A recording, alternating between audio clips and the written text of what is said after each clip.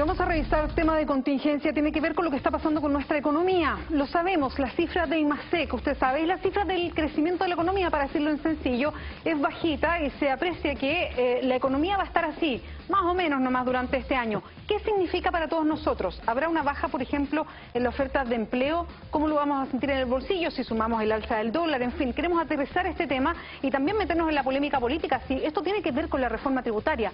Estamos en contacto con Daniel Soto, jefe de estrategias de inversión de Forex Chile. ¿Cómo estás, Daniel? Muchas gracias por recibir Ahora 20. Hola, ¿qué tal? ¿Qué tal, Beatriz? ¿Qué tal, Patricio? Bueno, lo primero, Daniel, es intentar equilibrar los temas políticos con los temas que nos interesan a todos como ciudadanos, digamos. Pero ¿cómo interpretan ustedes desde Forex Chile lo que pasa con el crecimiento de la economía y cómo se aprecia para este resto del 2014? Mira, acá hay que entender principalmente de que el tema de lo que está pasando con la desaceleración económica de Chile tiene factores internos y tiene factores externos. Para nosotros, los factores externos son los que explican en su mayoría la desaceleración que está teniendo Chile.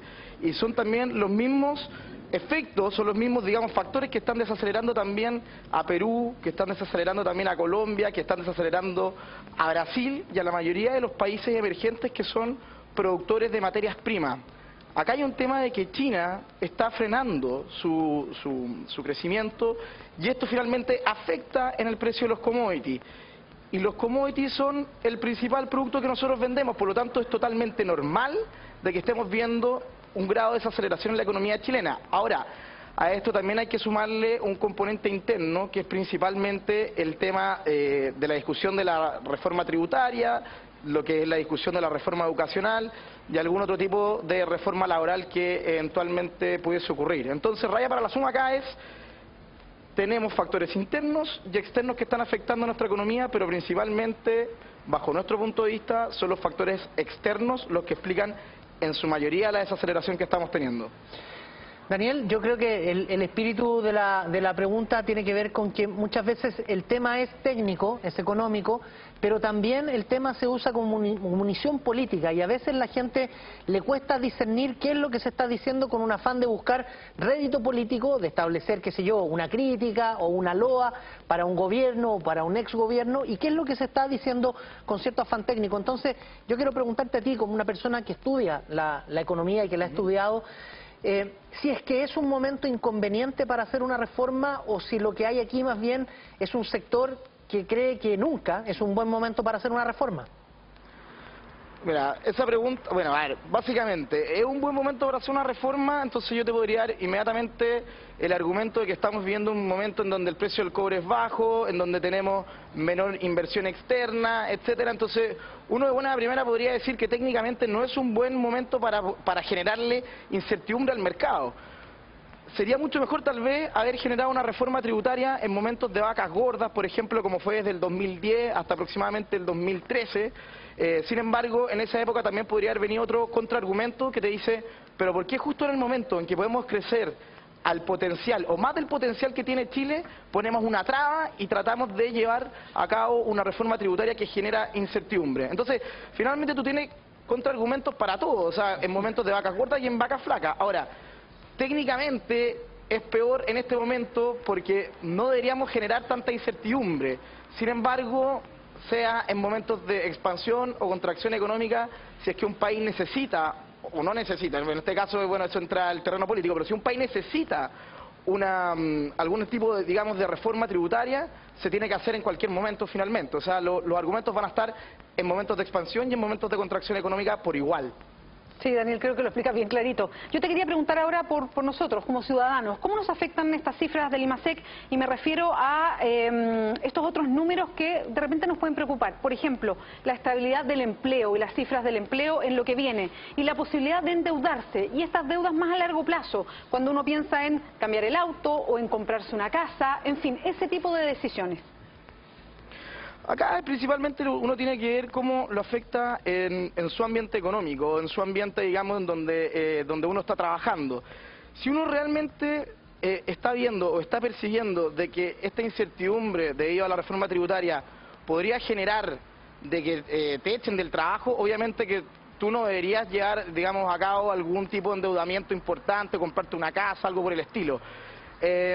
pero finalmente yo creo que acá el mensaje es el siguiente: nosotros no vamos a crecer al ritmo que estábamos creciendo anteriormente, por lo tanto no tiene mucho sentido endeudarse a las tasas que nos estábamos endeudando anteriormente.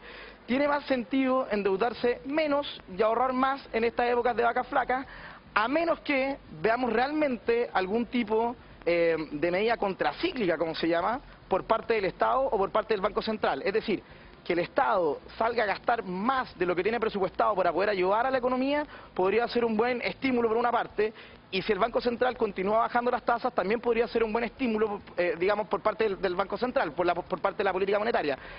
Sin embargo, lo lógico que debería hacer la gente en momentos en donde vamos a tener menor crecimiento, no es endeudarse al ritmo que tal vez lo estaba haciendo cuando estábamos creciendo al 5%. Eso es como principalmente el mensaje. Yo sé que los economistas, Daniel, tienen sus especialidades y algunos te responden: no soy especialista en tributación, pero yo quería preguntarte si la discusión a lo menos y la generalidad, de lo que hoy se ha hablado en materia de reforma, además en una jornada que es clave porque mañana se le ingresan indicaciones al proyecto, ¿te parece bien? Ha habido aquí una discusión respecto de ahorro versus focos de elusión. Ha habido una discusión también de adecuar ciertas políticas a pymes, cuando hay economistas que lo miran desde otra óptica y dicen hay algunos que se están disfrazando de pymes. La generalidad de esta reforma, así como está puesta hasta hoy, ¿te parece una buena reforma para Chile? Mira, súper buena pregunta. Yo creo que la reforma en sí, como está planteada, tiene muchos hoyos en donde genera, digamos, mucha incertidumbre. Por lo tanto, yo creo que como está planteada en este momento, bajo mi opinión, no está planteada bien y no es una buena reforma en este momento, no por los objetivos que persigue, sino que finalmente cómo está estructurada, en donde hay demasiadas preguntas y hay demasiados hoyos en donde uno no sabe cómo finalmente entraría a fiscalizar, por ejemplo, el Servicio de Impuestos Internos, o cómo se llevaría a la práctica ciertas, digamos, fiscalizaciones, ciertas, digamos, aplicaciones de impuestos. En el fondo, eso es una discusión ideológica. En la forma, yo creo que está mal porque finalmente está generando demasiada incertidumbre, y no solamente, no solo en el espacio de los empresarios, sino que en el espacio de una persona que es un tributarista, alguien que es técnico, le está generando también, digamos, incertidumbre a él. Entonces, te repito, en el fondo es una discusión ideológica. En la forma, yo creo que está mal porque está generando más incertidumbre de lo que debería generar. Y por último, Daniel, te quería preguntar por la proyección que hacen desde Forex Chile del precio del dólar de aquí a fin del 2014. Nosotros, el Departamento de Estudio nos dice que podría llegar hasta 600 pesos. Nosotros en el Departamento de Estrategia lo vemos con presiones alcistas. Perfectamente podría superar la barrera de los 580 para nuestro gusto. ¿Dónde se va a ubicar a finales de año? Es muy difícil decirlo, ¿ok? O sea, casarse con un precio es demasiado difícil, o sea, tener la bola de cristal es más o menos complicado. Lo que sí es que la gente debería tener sus portafolios y debería tener sus inversiones basadas en que finalmente el precio del dólar va a continuar al alza, ¿ok? Nosotros vemos mucho más plausible la posibilidad de que el dólar se ubique en 590 o en 600 a que se ubique en 530 o 520. Eso finalmente, digamos, el escenario que nosotros vemos de aquí a final de año. Daniel Soto, muchas gracias por recibir Ahora 20. No, muchas gracias a ustedes, hasta luego, que les vaya bien. Buenas noches.